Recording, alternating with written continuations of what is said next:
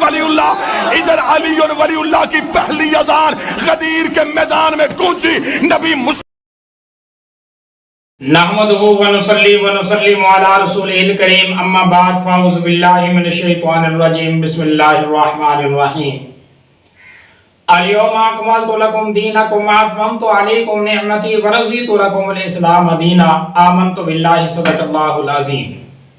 عزیزان کرامی، 10 ذو الحج حضور صلی اللہ علیہ وسلم نے حج کیا، خطبہ حجت الوداع دیا، اور پھر آپ صلی اللہ علیہ وسلم اپنے 1,24,000 کم پیش صحابہ جو تھے ان کو الوداع کہا۔ چند صحابہ جو مدینہ منورہ کے آپ صلی اللہ علیہ وسلم کے ساتھ تھے، اور کچھ شام کے علاقے کے لوگ بھی حضور صلی اللہ علیہ وسلم کے ساتھ تھے۔ ان کو لے کر پیارے نبی صلی اللہ علیہ وسلم جب واپس آ رہے تھے مدینہ منورہ، تو راستے میں ایک خوم نامی یا خام نامی ایک بستی تھی۔ اس بستی میں ایک کنواں تھا یا تالاب تھا جس کو غدیر کہتے تھے۔ اس کے قریب آپ صلی اللہ علیہ وسلم نے پڑاؤ لگایا اور آپ نے کچھ دیر آرام کیا۔ یہاں ایک مسئلہ اٹھا معصولات کا، جو حضرت علی رضی اللہ تعالیٰ عنہ کے سپرد پیارے نبی صلی اللہ علیہ وسلم نے کی۔ وہ معصولات جمع کرنے کے لیے اس سے پہلے حضرت علی رضی اللہ تعالیٰ عنہ گئے تھے۔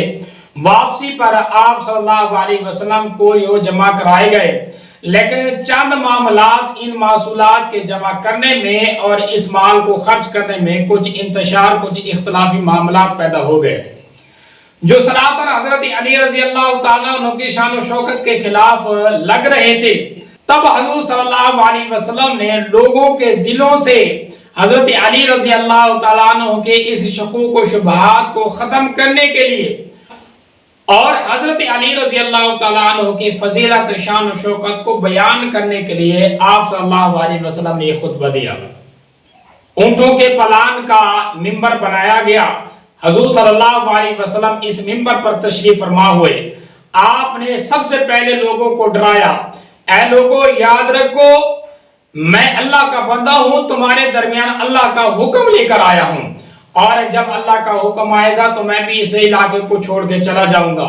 میں اپنے بعد تم میں 2 چیزیں چھوڑ کے جا رہا ہوں۔ ایک اللہ کا کلام قرآن مجید، جو کہ اللہ پاک کی کتاب بھی ہے اور اللہ پاک کا قانون بھی ہے، اور پھر آپ صلی اللہ علیہ وسلم ڈراتے رہے کہ اللہ کا کلام، اس کلام کو نہ چھوڑنا، اس کتاب کو نہ چھوڑنا، کیونکہ آپ صلی اللہ علیہ وسلم نے فرمایا جو بندہ اس رسی کو مضبوطی کے ساتھ پکڑے رکھے گا تو وہ بندہ کبھی ہدایت کے راستے سے نہیں ہٹے گا، گمراہ نہیں ہوگا، اور جو بندہ اس کلام کو، اس قرآن مجید کو چھوڑ دے گا وہ گمراہ ہو جائے گا، ہدایت سے ہٹ جائے گا۔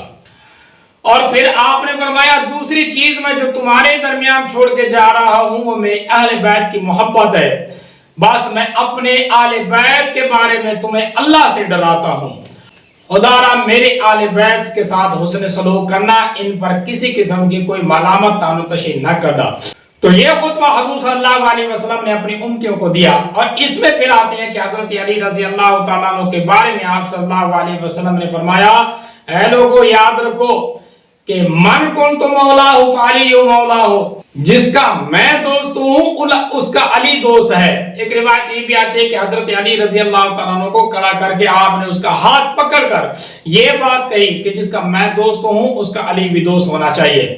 یعنی جس کے ساتھ جو بندے، یعنی جو لوگ، جو انسان، جو مسلمان حضور سے محبت رکھتے ہیں تو لازم ہے یہ کہ وہ حضور صلی اللہ علیہ وسلم کے اس پیارے صحابی، پیارے لخت جگر، پیارے داماد حضرت علی رضی اللہ تعالیٰ عنہ کے ساتھ بھی محبت کریں۔ جو علی کے ساتھ محبت نہیں کرتا وہ نبی سے بھی محبت نہیں کرتا۔ اچھا، یہ حدیث کی تقریباً اکثر کتابوں میں وارد ہے، مسلم میں بھی، ترمذی میں بھی، ابن ماجہ میں بھی، اس طرح اکثر کتابوں میں یہ حدیث وارد ہوئی ہے حضور صلی اللہ علیہ وسلم کی۔ یہ معاملہ کیوں ہوا؟ سب سے پہلے اس معاملہ کو سمجھیں کہ معاملہ جیسے میں نے ابھی بتایا کہ معاملہ معصولات کا تھا، جس کی بنا پر کچھ لوگوں نے حضرت علی رضی اللہ تعالیٰ عنہ پر کچھ اعتراضات اٹھائے۔ اس میں ایک بریدہ اسلمی نامی شخص ہے جس نے صراحت نبی صلی اللہ علیہ وسلم کے سامنے آ کر یہ بات کہہ دی۔ آپ صلی اللہ علیہ وسلم نے تنبیہ کی، چونکہ حضور صلی اللہ علیہ وسلم سمجھتے تھے کہ معصولات میں سے خمس وہ تو اہل بیت کا حق ہے حضور صلی اللہ علیہ وسلم کے اہل بیت کے لیے، لہذا یہ مسئلہ کوئی مسئلہ تو نہیں تھا، لیکن پھر بھی آپ صلی اللہ علیہ وسلم نے علل اعلان منبر پر تشریف فرما گیا حضرت علی رضی اللہ تعالیٰ عنہ کی فضیلت کو بیان کر دیا۔ لیکن یاد رکھیں اب وہ واقعات تو ہو گئے، لیکن اس کے بعد اب امت میں انتشار پیدا ہو رہا ہے اور کچھ ناواقف قسم کے لوگ ان واقعات کو لے کر گھڑی ہوئی من گھڑت باتیں کر کے لوگوں کے درمیان، امت کے درمیان اختلاف برپا کرنے کی کوشش کر رہے ہیں۔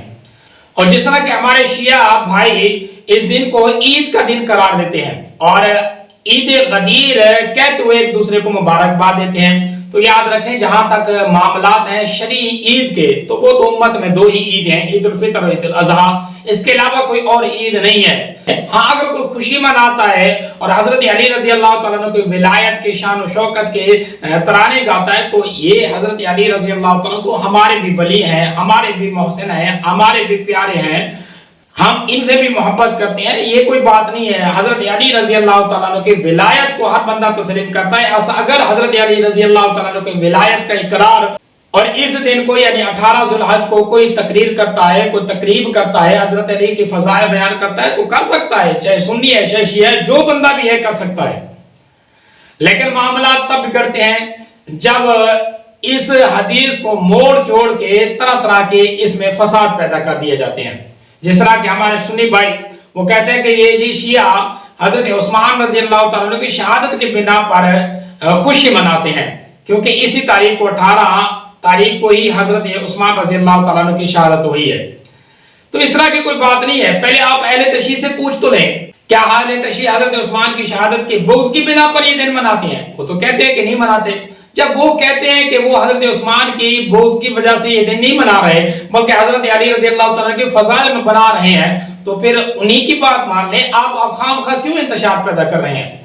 اور اسی طرح اہل تشیع میں بھی کچھ جاہل قسم کے ذاکر وہ اس حدیث کو موڑ چھوڑ کر اس طرف لانے کی کوشش کرتے ہیں کہ اسی دن حضور صلی اللہ علیہ وسلم نے غدیر قوم میں ہی حضرت علی رضی اللہ تعالیٰ عنہ کی خلافت کا بھی اعلان کر دیا تھا۔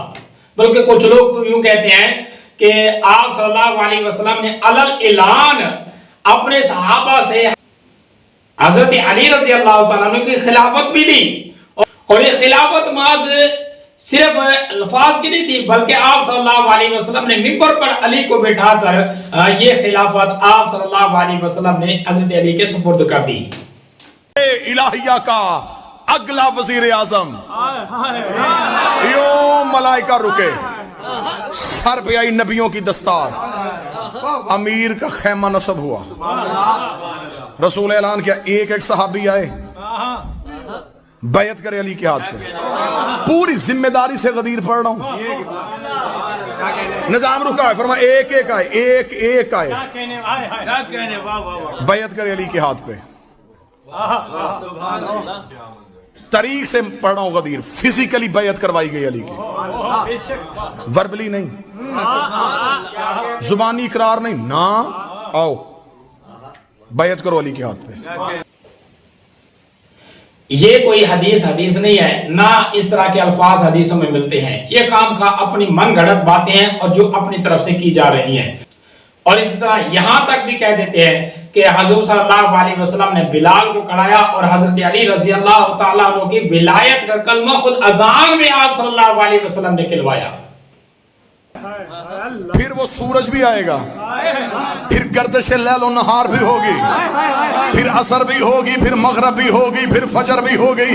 ادھر آخری بندے نے علی کے ہاتھ پہ علی ولی اللہ پڑھا، رسول نے انگلی کا اشارہ کیا، نظام کائنات نے چلنا شروع کیا، ادھر نظام کائنات چلا، ادھر نبی نے کہا بچھاؤ مسلح، ادھر اذان میں آیا گیا اشہد ان علی ولی اللہ، ادھر علی ولی اللہ کی پہلی اذان غدیر کے میدان میں گونجی، نبی مسلح پہ تھے، نبی کے قدموں میں جبریل کے پر آئے، اور پھر یہاں تک کہہ دیتے ہیں کہ آپ صلی اللہ علیہ وسلم نے وہ 80,000 یا 1,24,000 جو صحابہ تھے مسلمان تھے ان سے بیعت کروائی، حتیٰ کہ دن گزر گیا، نمازیں بھی آپ صلی اللہ علیہ وسلم نے نہیں پڑھائی۔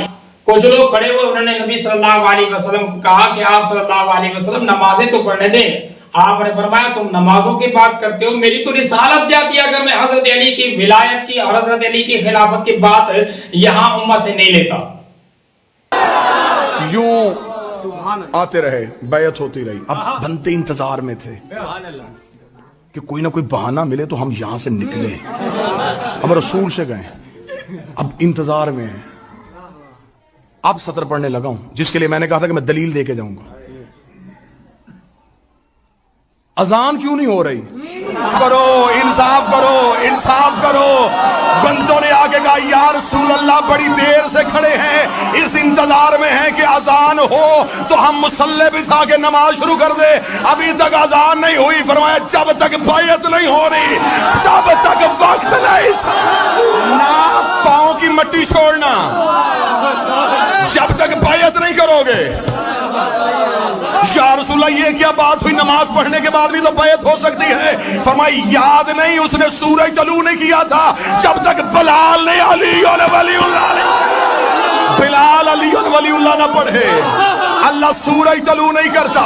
بندوں نے کہا حد ہو گئی، تیرے بھائی علی کی ولایت اتنی ضروری ہو گئی، کل تک کہتا تھا نماز واجب ہے، اب کہہ رہا ہے کہ سب سے پہلے علی واجب ہے۔ نبی کے چہرے کے تیور بدلے۔